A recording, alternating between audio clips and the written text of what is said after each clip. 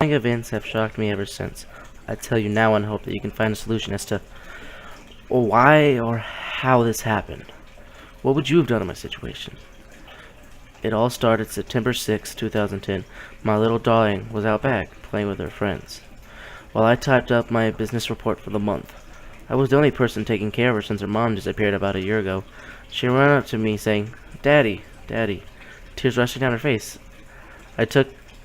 I looked down at her and said, "What's wrong, hun?" She said, "My friend died," wiping tears from her face. Now, in this situation, I got confused. I knew she was talking about her imaginary friends, but how should I approach this? We had a fake funeral. Yeah, I know, kinda silly, but she's a little girl. I told her to invite her friends afterwards. I told her to go play with the friends she invited to the funeral. Things like this kept happening for months. December 15th, 2010. She came running in crying. I asked her why she was crying. I was expecting her to say her imaginary friend, but she looked at me with her beady little eyes and said, "Daddy, I killed my friend." This worried me. I didn't make a big deal out of it, though she was only 6 and it was imaginary. I asked her why.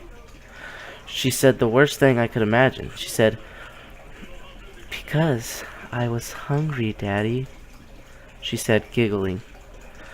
I got so worried about this, so I figured she needed to get over her imaginary friends. So I called her teacher and talked to her about having a kid from school come over. She said Jeremy would be perfect because they play all the time.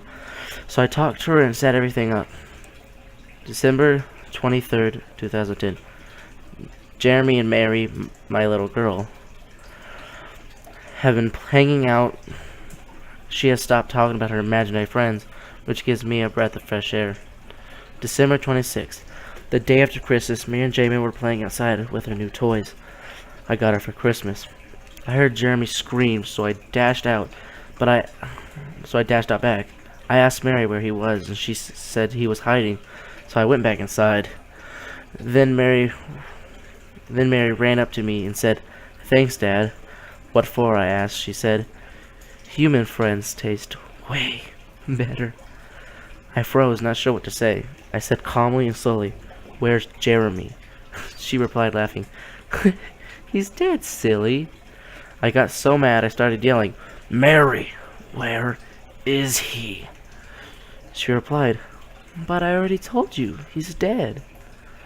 I sighed really hard. I got one on knee and asked her calmly, "Can you take me to where you last saw him?" She said, "Okay," and giggled. She took me out back and stood next to the set, and she said, "He wasn't here, Daddy." So I opened it up. It was really hard, though. I could barely imagine how Jeremy got into this. As I slowly pushed it open, I was greeted with a horrible smell, a strong feeling of discomfort. And the smell was almost too much to bear. I started to gag a little bit. I felt for a light switch and turned on the light. I was greeted by the worst sight of my life. All over the ground were dead animal carcasses, mainly rabbits and squirrels, but they were missing skin and meat all over. They had their insides ripped out. I saw Jeremy sitting on the floor, so I walked over to him and noticed he was dead. Blood all over his ribcage was on the ground all around him. Skin was missing from all over in patches, and the eyes were missing. I immediately jumped back, ready to run for it. I almost made it when I saw her, my wife, hanging on the roof. Her face had nothing left, just a skull. But I could tell it was her. She had the same clothes on from the day she went missing. I got so sick, I started to vomit to the point I couldn't stop myself. As I forced myself out, forcing myself not to vomit, my daughter said, "What's wrong?" I realized she was the one responsible. I nervously said, shuddering to her, Go to your room, Mary, okay?" She said, "Okay," and skipped to her room like nothing had happened. I ran inside and immediately contacted the police. When they came to take her, she was crying, "Daddy, why?" and bit her teeth into one of the arms of the police officer. The sheriff told me she was going to a mental asylum for kids. December 31st, 2010. I got a call from the sheriff today. She told me my little girl escaped. Left a note. I can't wait to see how you taste, Daddy. January 2nd, 2011. Whatever that thing is, isn't my little girl anymore. I've gotten a new house in Alabama. At least now I think I'm safe.